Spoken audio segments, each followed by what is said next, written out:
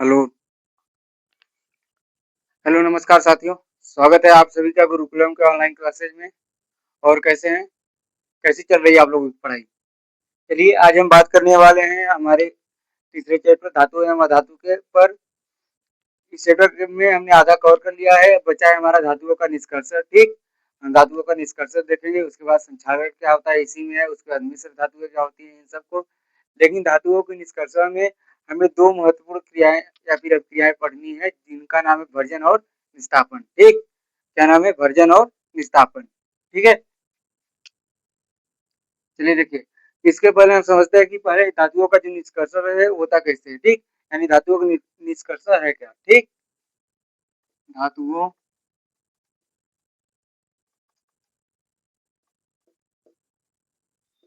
का निष्कर्षण, इसका मतलब क्या होता है?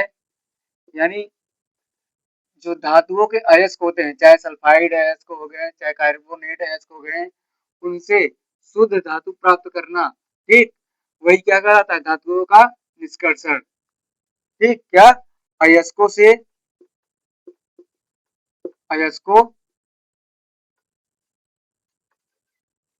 अयस्कों से धातु प्राप्त करना। ठीक, निष्कर्षण का मतलब क्या है कि जब धातु के अयस्कों, धातु अयस्कों से हम धातु प्राप्त करते हैं, शुद्ध धातु, तो वही क्या कहलाता है? धातु, मतलब धातुओं का निष्कर्षण। ठीक है, तो हम इसमें देखिए, हमें तीन प्रकार से पढ़ना है, क्योंकि सक्रियता श्रेणी के हिसाब से हम इन्हें तीन प्रकार से पढ़ते हैं। ठीक, तो सक्रियता श्रेणी के अनुसार धातुओं का निष्कर्षण तीन प्रकार से किया जाता है। ठीक, या फिर हम लिख सकते हैं धातुओं की क्रियाशीलता के आधार पर। धातुओं क्रियाशीलता क्या होती है? सक्रियता श्रेणी पर बनाई जाती है। क्रियाशीलता के आधार पर, धातुओं के क्रियाशीलता के आधार पर, क्रियाशीलता के आधार पर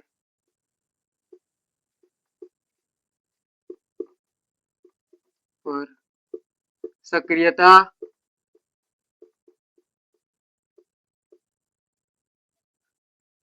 श्रेणी का विभाजन का वर्गीकरण, ऐसे लिख सकते हैं, वर्गीकरण। ठीक, कितने प्रकार से होता है? तीन प्रकार से। कितने? तीन प्रकार।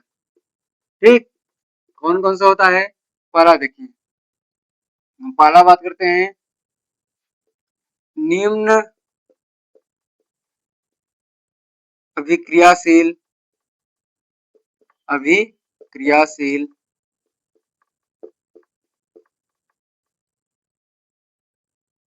निम्न अभिक्रियाशील या फिर निम्न अभिक्रियाशीलता, ऐसे बोल सकते हैं। ठीक, उसके बाद आता है मध्यम अभिक्रियाशीलता, मध्यम अभिक्रियाशीलता। ठीक, क्या आता है? मध्यम अभिक्रियाशीलता। फिर उसके बाद क्या आता है?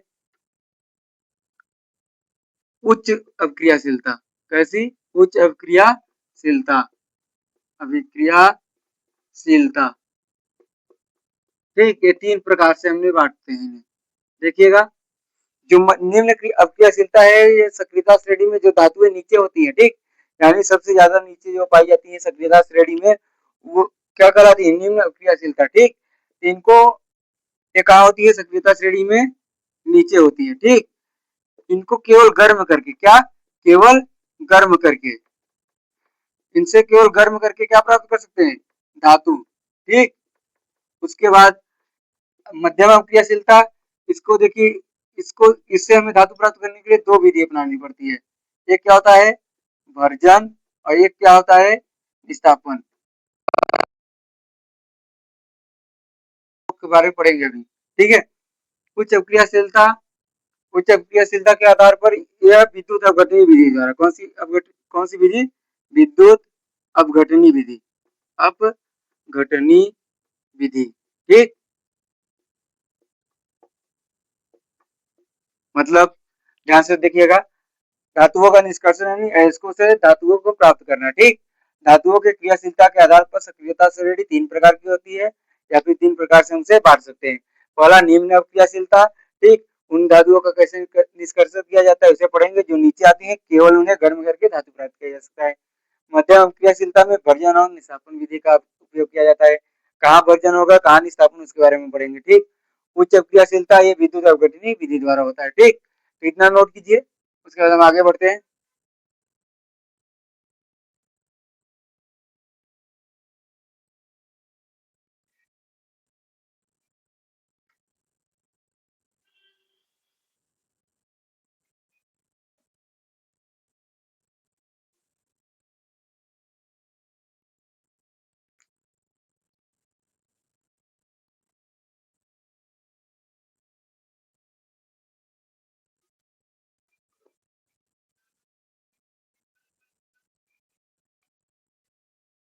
चलिए देखिए, इसको लिख चुके होंगे। अब हम पहले क्या पढ़ेंगे, निम्न अपक्रियाशील धातुओं का निष्कर्षण। ठीक,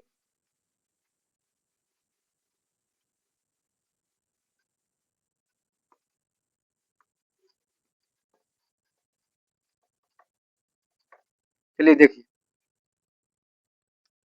निम्न अभिक्रियाशील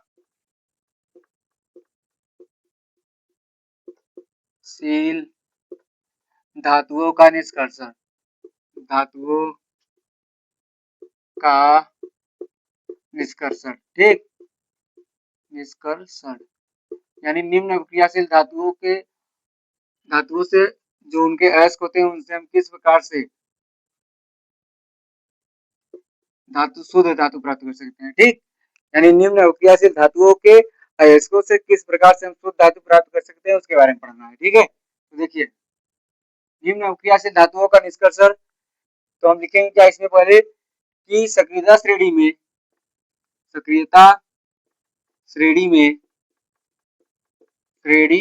में नीचे आने वाली धातुएं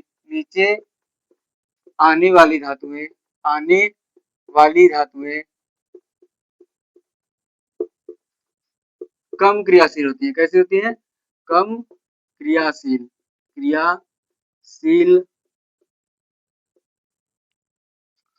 होती है। ठीक, जिनके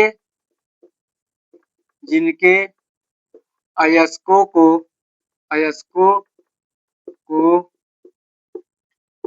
केवल गर्म करके, क्या करके, केवल गर्म करके धातु प्राप्त किया जा सकता है। धातु प्राप्त किया जा सकता है, प्राप्त किया जा सकता है। ठीक, तो देखिए कैसे सक्रियता श्रेणी में नीचे आने वाली धातुएं कम क्रियाशील होती हैं, जिनके अयस्कों को केवल गर्म करके क्या प्राप्त किया जा सकता है, धातु प्राप्त किया जा सकता है। ठीक, जैसे हम देखिए बात करते हैं HGS, क्या HGS, यह क्या है, इसका पहले नाम देखिए, HGS क्या होता है, यह है सीने बार होता है। ठीक, सीने बार क्या है, सीने बार इसका नाम होता है। यह किसका अयस्क है, देखिए कौन सी धातु है, Hg, कौन सी, पारा, पारा यानी मरकरी। ठीक, मरकरी। ठीक, मरकरी का अयस्क कौन सा है, मरकरी का अयस्क, ठीक, कौन है, सिने बार। ठीक, अब देखिए हमें HGS को गर्म करना है और गर्म करके क्या बनाना है, धातु प्राप्त करना है। ठीक, यानी HGS को गर्म करके हम धातु बनाएंगे। तो देखिए क्या करेंगे, HGS है। ठीक, अब देखिए केवल गर्म करके धातु बनाना है, तो केवल गर्म करके कैसे हम धातु प्राप्त कर सकते हैं उसको ध्यान दीजिए। जब आप गर्म करेंगे तो इतना पता है आप लोगों को, गर्म करते वक्त ऑक्सीजन की उपस्थिति होती है। ठीक, तो ऑक्सीजन की उपस्थिति में आप गर्म करेंगे तो देखिए क्या बनेगा, पहले तो देखिए SO2 बनेगा, क्या बनेगा, सल्फर डाई ऑक्साइड। ठीक, फिर उसके बाद आप ध्यान दीजिएगा, ऐसा नहीं है कि सीधा आपका जो HGS है वह HG में परिवर्तित हो जाएगा, ऐसा नहीं है। पहले ध्यान दीजिएगा, जो अयस्क है, ठीक, क्या है अयस्क, वह धातु के, जो धातु का अयस्क है वह धातु ऑक्साइड में बदलेगा, किसमें, धातु ऑक्साइड में, किसमें बदलेगा, धातु ऑक्साइड में। फिर धातु ऑक्साइड को हम और गर्म करते हैं, तब वह जाकर किसमें बदलता है, धातु में। ठीक, इस बात को ध्यान रखिएगा कि जो अयस्क है उसको पहले गर्म करेंगे, किसमें बदलेगा, धातु ऑक्साइड में, फिर वह धातु किसमें बदलेगा, फिर वह धातु ऑक्साइड किस में बदलेगा, धातु में। ठीक, तो हम यहाँ पर जब बनाएंगे तो क्या बनेगा, धातु ऑक्साइड पहले बनेगा। ठीक, धातु अयस्क को ये जीएस जो है सीने बार, ठीक, सीने बार, ठीक है। इसको हमने क्या किया, गर्म किया, किसकी उपस्थिति में, ऑक्सीजन की उपस्थिति में। क्या बना, धातु ऑक्साइड। जैसे ही धातु ऑक्साइड बना, क्या है, मर्क्यूरिक ऑक्साइड। ठीक, उसके साथ SO2। ठीक, अब देखिए बैलेंस करिए, यहाँ पर कितना ऑक्सीजन है, बैलेंस नहीं है क्रिया। ठीक है, इसको बैलेंस करने के लिए आप यहाँ पर 3 लगाइए। ठीक, 3 लगाएंगे तो यहाँ पर देखिए 3 में 6 ऑक्सीजन, यहाँ पर देखिए 2, उसके बाद आपका यहाँ पर भी 3 हो जाएगा। ठीक है, 3 हो गया, 3 Hg 2।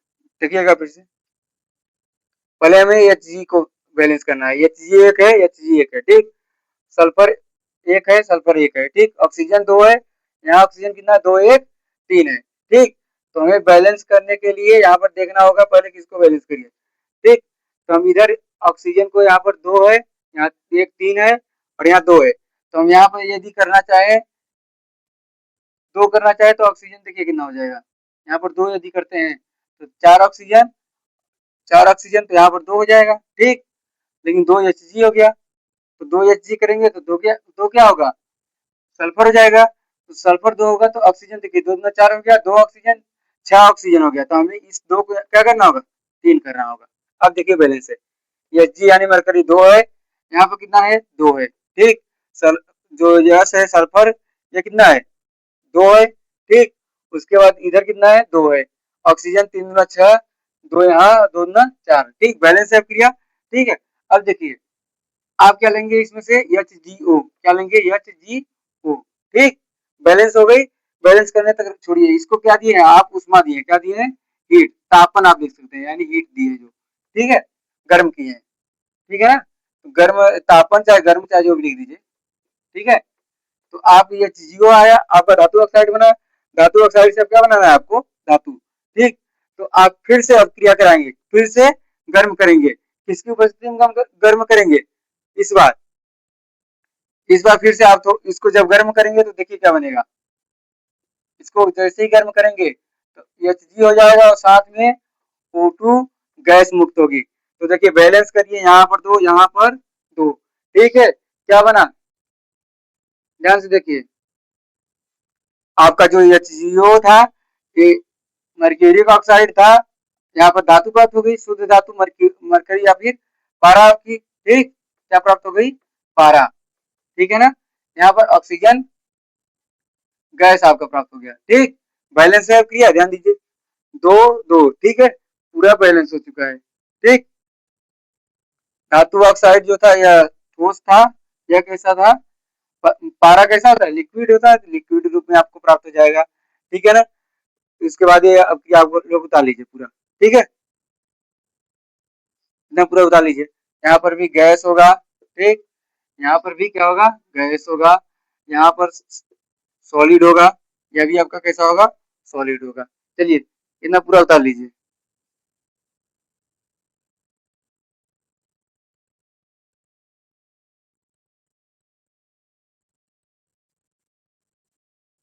यहाँ पर नीचे हमने लिखा है पारा। ठीक, क्या लिखा है, पारा, मरकरी। ठीक, ये है आपका HgO यानी मर्क्यूरिक ऑक्साइड। ठीक, क्या है, लिख सकते हैं नाम नीचे, मर्क्यूरिक ऑक्साइड।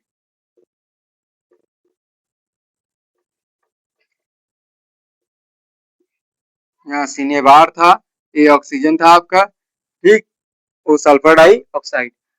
समझ आया ना, फिर से देखिएगा एक बार, निम्न अक्रियाशील धातुओं का निष्कर्षण कैसे करेंगे। सक्रियता श्रेणी में नीचे आने वाली धातुएं कम क्रियाशील होती है, जिनके अयस्कों को केवल गर्म करके धातु प्राप्त किया जा सकता है। ठीक, हमने क्या किया, हमने देखा HgS जो है सीने बार है, मतलब कि पारा का अयस्क है। इसको हमने जब गर्म किया तो पहली बार जब हम गर्म करेंगे तो क्या बनेगा, धातु का ऑक्साइड। तो क्या बना, धातु का ऑक्साइड, मर्क्यूरिक ऑक्साइड। फिर उसको दोबारा हम लिए धातु ऑक्साइड को। ठीक, ये तो गैस था आपका निकल गया। ठीक, फिर मर्क्यूरिक ऑक्साइड को हम ये दोबारा से, ठीक, क्या लिए, मर्क्यूरिक ऑक्साइड।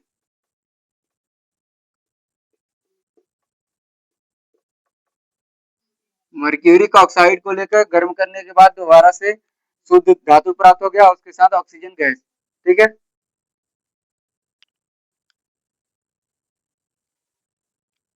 नोट कीजिए।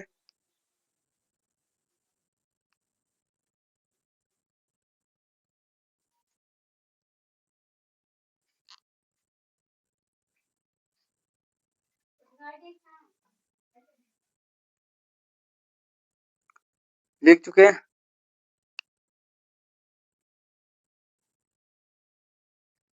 चलिए हम आगे बढ़ते हैं। ये एग्जाम्पल आपको समझ में आ गया?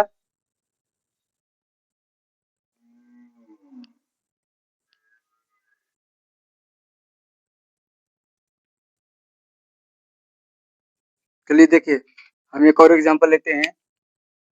ठीक, हमने लिया Cu2 यस, क्या लिया? Cu2 yes. ठीक, एक इसका अयस्क है कॉपर का अयस्क। ठीक, यानी कॉपर यानी तांबे का अयस्क है। ठीक, अब देखिए, जब हम Cu2 यस लिए, ठीक, इसको ऑक्सीजन की उपस्थिति में क्या किए? गर्म किए। ठीक, गर्म जब करेंगे तो क्या प्राप्त होगा? ध्यान दीजिएगा, अयस्क से पहले क्या मिलेगा? धातु ऑक्साइड, तो Cu2 मिलेगा। यहाँ पर ध्यान दीजिएगा, Cu2O मिलता है। ठीक, उसके साथ क्या बनेगा? यस था, और ऑक्सीजन जब रहेगा तो क्या बन जाएगा? Sulphur dioxide. ठीक, क्या बनेगा? Sulphur dioxide. अब देखिए, अब क्रिया को बैलेंस कीजिए। यहाँ पर 2 लगाएंगे। ठीक, अब क्रिया को बैलेंस करने के लिए यहाँ पर 3 लगाइए, यहाँ पर देखिए 2 लगाइए, 2 हो गया। अब देखिए, अब क्रिया बैलेंस है, 2 दूना 4 कॉपर, फिर इसके बाद 2 दूना 4 कॉपर। ठीक, 2 सल्फर, 2 सल्फर, 3 दूना 6 ऑक्सीजन, 2 यहाँ, 2 दूना 4 ऑक्सीजन। ठीक, अब क्रिया बैलेंस हो गई। ठीक, अब हम जो हमें धातु ऑक्साइड मिला, उस धातु ऑक्साइड को लेंगे, Cu2O, इसको लेंगे, फिर से इसकी अब क्रिया कराएंगे, यानी इसको गर्म करेंगे। ठीक, तो जब हम गर्म करेंगे तो देखिए क्या बनेगा। तो गर्म करने पर इस कॉपर ऑक्साइड में से क्या होगा? Cu निकल जाएगा, और साथ में क्या बनेगा? Oxygen gas. ठीक, और उसके बाद देखिए बैलेंस करिए, यहाँ 2Cu। ठीक, उसके बाद यहाँ पर आपका 2O2 हो जाएगा। ठीक,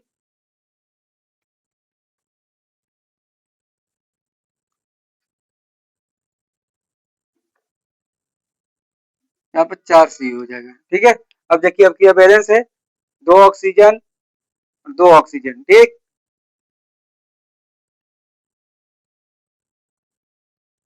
Cu2O, और उसके साथ O2 जो है आपके क्रिया कराने पर यही प्राप्त हो रहा है। ठीक है, तो ये क्या है? Copper oxide. क्या है?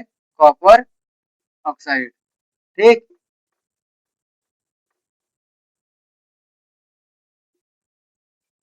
ये क्या था आपका?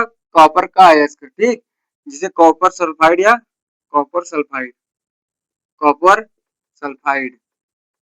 ठीक है, उसको एक और नाम दे सकते हैं, क्यूप्रिक ऑक्साइड। क्या नाम दे सकते हैं? Cupric oxide, cupric oxide. ठीक, देखिए क्या बना।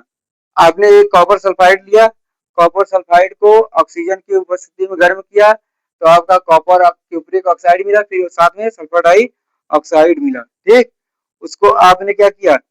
दोबारा से क्यूप्रिक ऑक्साइड जो था इसको आपने लिया। ठीक, इसको लिया क्यूप्रिक ऑक्साइड को, क्यूप्रिक ऑक्साइड, क्यूप्रिक ऑक्साइड को लिया, और आपने ऑक्सीजन की उपस्थिति में दोबारा गर्म किया। ठीक, तो आपको क्या मिल गया? कॉपर धातु मिल गई, यानी तांबा मिल गया, और साथ में ऑक्सीजन गैस निकल गई। ठीक, यही आपकी अवक्रिया है।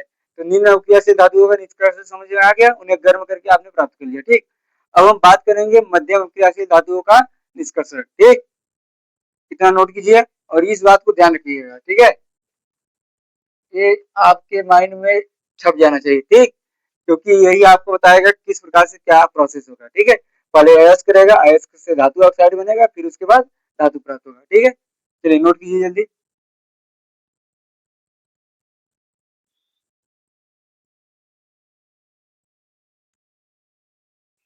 हो गया?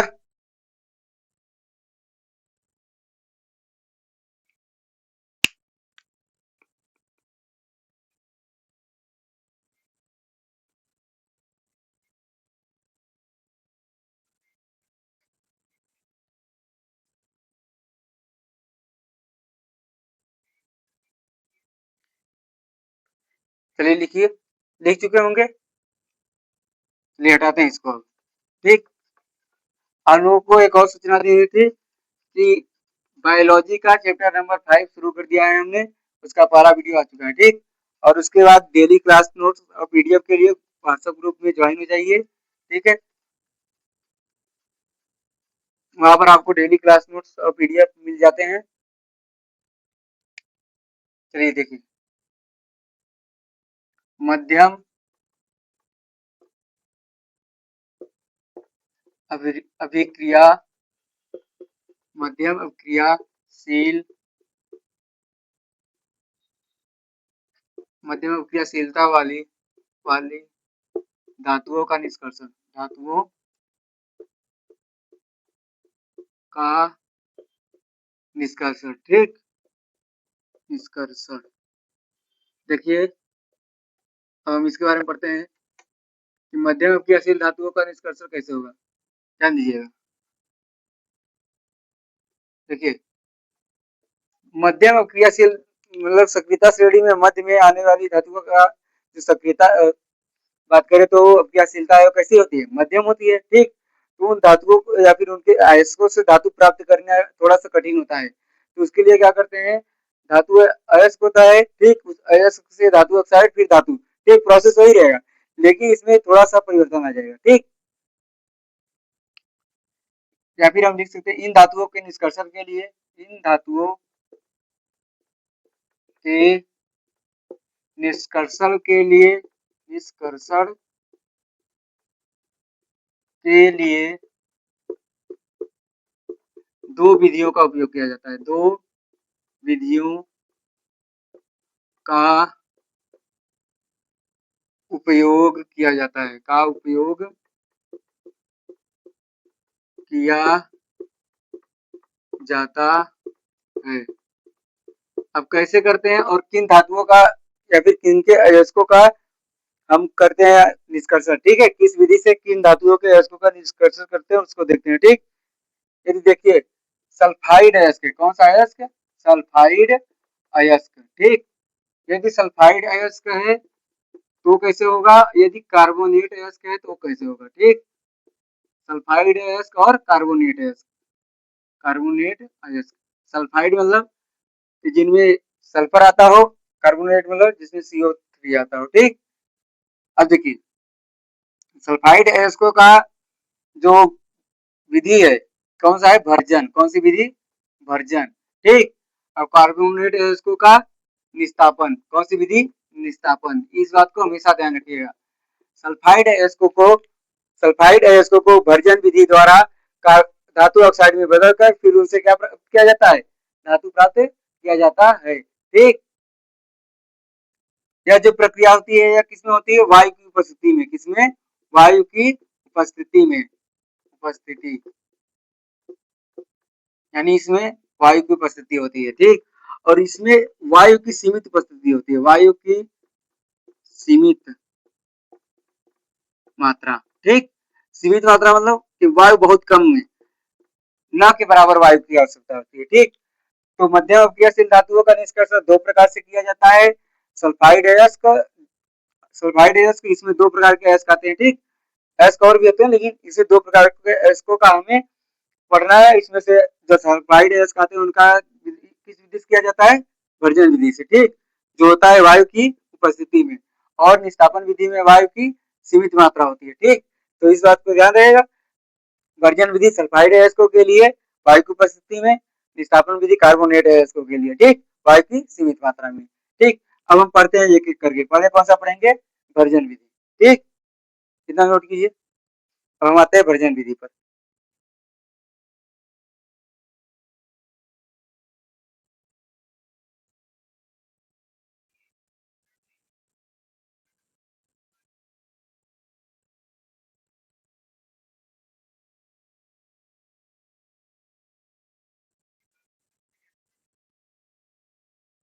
चलिए इसको हम हटाते हैं, अब इसमें हमारा पहला हेडिंग डालिएगा भर्जन, क्या, भर्जन। ठीक,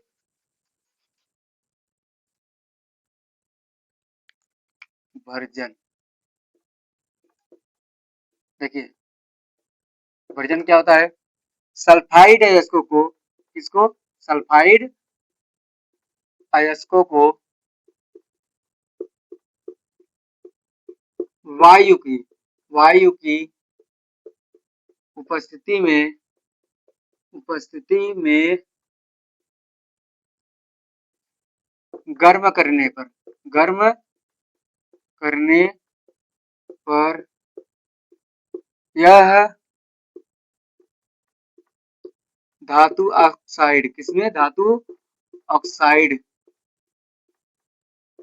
में बदल जाते हैं। ठीक, पहले इतना देखिए क्या है, बदल जाते हैं, यानी जब हम सल्फाइड अयस्कों को वायु की उपस्थिति में हम गर्म करेंगे तो यह किसमें बदल जाते हैं, धातु ऑक्साइड में। ठीक, इसमें देखिए उन धातुओं का निष्कर्षण करते हैं जो मध्यम में आते हैं। ठीक, हम क्या पढ़ रहे हैं, मध्यम अक्रियाशील धातु। ठीक, तो हम देखिए एक लेते हैं ZnS। ठीक,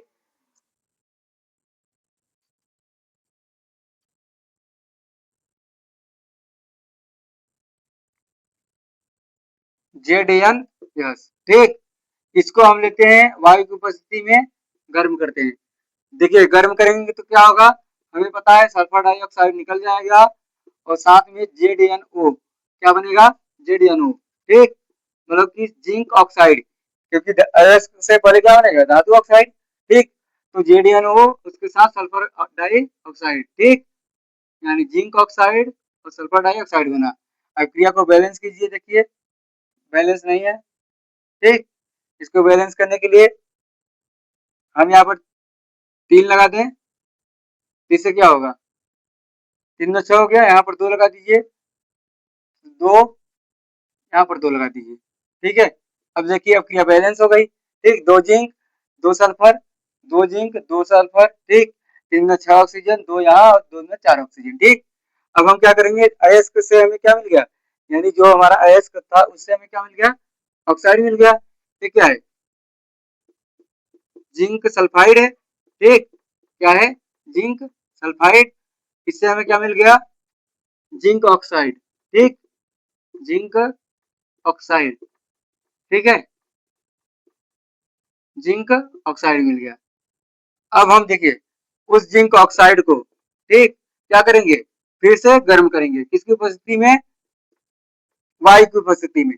तो अब देखिए, अब वायु की उपस्थिति जब लेंगे तो यहाँ पर एक चीज ध्यान रखेंगे कि हम यहाँ एक गालक लेंगे। अब गालक क्या होता है, वायु की उपस्थिति करने का मतलब है यहाँ पर ऑक्सीजन, और हम वायु की उपस्थिति लिए लेकिन ऑक्सीजन दर्शाएंगे नहीं। ठीक, रीजन क्या है, ध्यान दीजिएगा, यहाँ पर हमें ऑक्सीजन नहीं दर्शाना है। ठीक, हम एक गालक लेंगे, गालक लेने के बाद एक ये वायु की उपस्थिति में सारी क्रिया हो रही है, देखें यहाँ पर वायु की उपस्थिति हुई थी ना, यहाँ पर ही वायु की उपस्थिति। ठीक, यहाँ पर अब हम गालक लेंगे, क्या लेंगे, गालक। यदि आप कहेंगे कि पिछले में हम लिए थे कि वायु की उपस्थिति जब हम बोले थे तो उसमें भी हमने यहाँ पर भी ऑक्सीजन लिया था, तो उस बात को नहीं ध्यान रखना है, उसको छोड़िए, क्योंकि वह हम क्रियाशील में पढ़ रहे थे, उसमें हमें वायु की उपस्थिति ही लेनी थी। ठीक, लेकिन इसमें सल्फाइड अयस्कों को वायु की उपस्थिति में, देखिए यहाँ पर वायु की उपस्थिति में गर्म करने पर किसमें बदला, धातु ऑक्साइड में। यह पूरी तरह से वायु की उपस्थिति में गर्म करने में धातु धातु नहीं प्राप्त होगा, केवल वायु की उपस्थिति में गर्म करने क्या प्राप्त होगा, धातु ऑक्साइड। ठीक, अब यहाँ पर हम हमें वायु की उपस्थिति में गर्म करने पर काम नहीं बनेगा। अब हम क्या करेंगे, यहाँ पर गालक लेंगे, क्या लेंगे, गालक। ठीक, गालक क्या होता है इसके बारे में सोचते हैं अभी, Zn। अब देखिए ये जो कार्बन है इसके साथ बन जाएगा CO2। ठीक, अब देखिए इसको बैलेंस कीजिए, 2 यहाँ हो जाएगा। ठीक, अब आपका 2 यहाँ, तो देखिए जिंक ऑक्साइड था, जिंक ऑक्साइड, उसके बाद आपने क्या लिया, कार्बन लिया। कार्बन को किस रूप में लिया, कार्बन अपने गालक के रूप में लिया। गालक क्या होता है, ध्यान दीजिए इस बात को। ठीक, अभी हम देखते हैं गालक क्या होता है। और जिंक बना और आपका कार्बन डाइऑक्साइड। ठीक, अब देखिए गालक वे पदार्थ होते हैं जो धातु या अयस्कों में, धातु अयस्कों या धातु ऑक्साइडों में उपस्थित अशुद्धियों को अपने में गलाकर, मतलब कि अपने में चिपकाकर लेकर बाहर निकल जाते हैं और शुद्ध धातु प्राप्त करने में मदद करते हैं, वो क्या कहलाते हैं, गालक। ठीक, तो इतना समझा है। तो हम देखिए पहले हम जानते हैं कि गालक होता क्या है, इसके बारे में देखते हैं, ठीक है।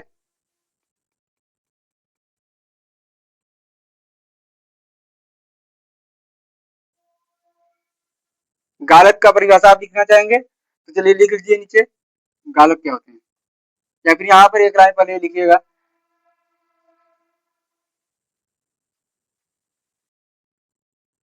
एक लाइन यहाँ पे लिखिएगा, धातु ऑक्साइड से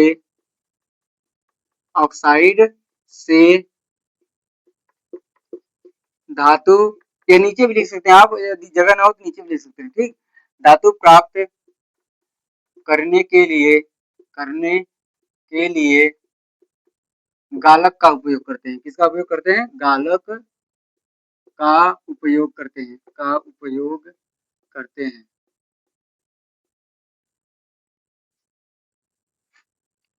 हैं, ठीक। अब ध्यान दीजिए, इस बात को ध्यान रखिएगा कि जो धातु या फिर सल्फाइड है इसको वायु की उपस्थिति में जब हम गर्म करेंगे तो केवल हमें धातु ऑक्साइड मिलेगा, ठीक। दोबारा हम वायु की उपस्थिति में गर्म करेंगे तो हमें यहाँ से ये नहीं प्राप्त होगा, ठीक, शुद्ध धातु नहीं प्राप्त होगी, ठीक। उसके लिए हमें क्या प्रयोग करना होता है? गालक, ठीक। वह निम्न अभिक्रियाशील में चलता था, ठीक। इस बात को ध्यान रखिएगा, यहाँ पर हमें क्या लेना होगा? गालक। इसमें मध्यम अभिक्रियाशील में गालक का उपयोग। गालक क्या होते हैं, अब इसके बारे में लिख लीजिए। वे पदार्थ होते हैं, या फिर ऐसे गालक वे पदार्थ होते हैं, गालक वे पदार्थ होते हैं जो धातुओं में उपस्थित अशुद्धियों को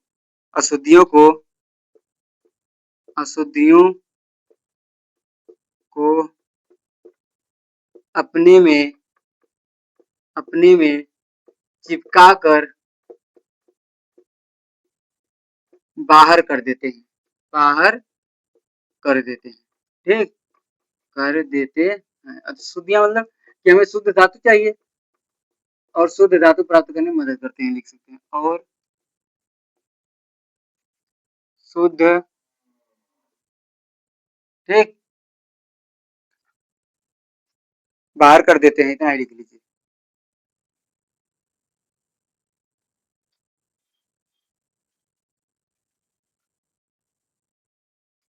बाहर कर देते हैं, ठीक।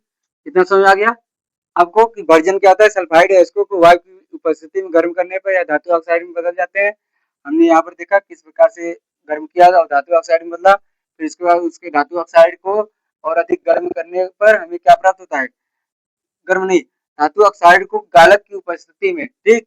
अब क्रिया जब हम कराएंगे यानी गालक लेंगे तो गालक का उपयोग क्या करते हैं कि वो धातु से जो अशुद्धियां होती है वह निकल जाए और हमें शुद्ध धातु प्राप्त हो जाए, ठीक।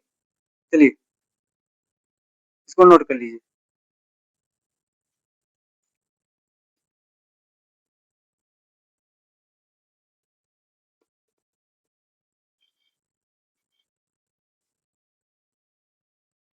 ध्यान रखिएगा इस बात को कि जो निम्न अभिक्रियाशील के हो चुका होगा आपका, निम्न अभिक्रियाशील धातुओं में हमने केवल ऑक्सीजन की उपस्थिति में गर्म किया था, लेकिन इसमें हम पहली बार जब गर्म करेंगे ऑक्सीजन वायु की उपस्थिति में तो क्या प्राप्त होगा? हमें धातु ऑक्साइड। लेकिन दूसरी बार हमें क्या लेना पड़ेगा? गालक ही लेना पड़ेगा, ठीक। इस बात को ध्यान रखना होगा। अब हमें पढ़ना है निस्तापन। कौन सी विधि? निस्तापन। देखिए निस्तापन क्या होता है? कार्बोनेट है इसको, ठीक। मैंने अभी बताया था कुछ समय पहले कि निस्तापन किसके लिए उपयोग होता है? कार्बोनेट अयस्कों को वायु की सीमित मात्रा, किसमें? वायु की सीमित मात्रा में गर्म करने पर यह धातु ऑक्साइड, देखिए यहाँ भी यह केवल किसमें बदल रही है? धातु ऑक्साइड में। ऐसे हम फिर से धातु ऑक्साइड से धातु प्राप्त करने के लिए क्या करेंगे? गालक लेंगे, ठीक। यह धातु ऑक्साइड में परिवर्तित हो जाती है, परिवर्तित हो जाती है, हो जाती है। ठीक, कैसे, अब हम देखते हैं। देखिए, जिंक जिंक जो है, जिंक कार्बोनेट क्या है, ZnCO3। जिंक कार्बोनेट को हम लेते हैं और क्या करते हैं, गर्म करते हैं। ठीक, इसको देखिए, वायु की सीमित मात्रा लिए हैं, तो वायु की सीमित मात्रा जब हम लेंगे तो ध्यान रखिएगा इस बात को कि हमें वायु की सीमित मात्रा में यहाँ पर ऑक्सीजन तो लेना नहीं है, क्योंकि वायु है ही नहीं। एक तरह से वायु की अनुपस्थिति बोल सकते, लेकिन वायु की अनुपस्थिति बोला नहीं जाता। ठीक, क्योंकि वायु की सीमित मात्रा होती है, थोड़ी बहुत वायु ही होती है, क्योंकि आपको गर्म करने के लिए वायु तो चाहिए ही। ठीक, तो जब हम गर्म करेंगे तो देखिए क्या होगा, जेडीएन जेडीएन ओ बनेगा। ठीक, जेडीएन ओ बनेगा, उसके साथ CO2 कार्बन डाइऑक्साइड। ठीक, यही आपका प्राप्त होगा। ये सल्फर सॉलिड है, हैवी सॉलिड है या क्या है, गैस है। ठीक, यानी जिंक कार्बोनेट, इसको जिंक कार्बोनेट को आपने गर्म किया, गर्म करके किसमें बदला, जिंक ऑक्साइड में। ठीक, जिंक कार्बोनेट, कार्बोनेट गर्म किया। ठीक, गर्म किया, गर्म करके किसमें बदला, जिंक ऑक्साइड में। किसमें, जिंक ऑक्साइड में, ऑक्साइड। ठीक, उसके साथ क्या निकला, कौन सी गैस, कार्बन डाइऑक्साइड गैस। ठीक, अब आप क्या देंगे, फिर से जिंक ऑक्साइड देंगे। ठीक, जिंक ऑक्साइड, इसको क्या करेंगे, गालक लेंगे, फिर से गालक। ठीक, गालक लेंगे, गालक के साथ फिर से क्या करेंगे, आप गर्म करेंगे। गर्म नहीं बोलकर हम सीधा बोल देते हैं कि गालक के साथ क्रिया कराएंगे तो क्या प्राप्त होगा। देखिए, जेडीएन प्राप्त होगा, उसके बाद कार्बन डाइऑक्साइड ये भी बनेगा, यहाँ पर 2 लगा देंगे, यहाँ पर 2 लगा देंगे। ठीक, यही हमारा प्राप्त होगा। यहाँ पर हम लिखेंगे क्या, जिंक ऑक्साइड को, जिंक ऑक्साइड से, जिंक ऑक्साइड से जिंक धातु प्राप्त करने के लिए, जिंक धातु प्राप्त करने के लिए, करने के लिए गालक का उपयोग करते हैं, गालक का उपयोग करते हैं, उपयोग करते हैं। ठीक, इतना आप दर्शा सकते हैं इस तरह से। हमने देखिए पहले क्या किया, कार्बोनेट है उसको को वायु की सीमित मात्रा में हमने गर्म किया, उसको गर्म करके किसमें बदला, धातु ऑक्साइड में। ठीक, जिंक कार्बोनेट लिया हमने, गर्म किया, किसमें बदल गया, जिंक ऑक्साइड में। ठीक, कार्बन डाइऑक्साइड निकल गया। फिर उसके बाद हमने देखा जिंक ऑक्साइड मिला, हमें उससे धातु प्राप्त करना है, तो जिंक ऑक्साइड में हमने गालक का उपयोग किया, तो जिंक धातु, शुद्ध धातु प्राप्त हो गई। ठीक, और कार्बन डाइऑक्साइड बाहर निकल गई। ठीक है, क्या है आपका, जिंक ऑक्साइड। ठीक है, ऑक्साइड, यहाँ पर क्या हुआ, एक कार्बन था आपका। ठीक, एक गालक है एक रूप से, एक तरह से। ठीक है, तो इस बात को ध्यान रखिएगा इतना। तो चलिए कितना लिखिए जल्दी, कितना नोट कीजिए,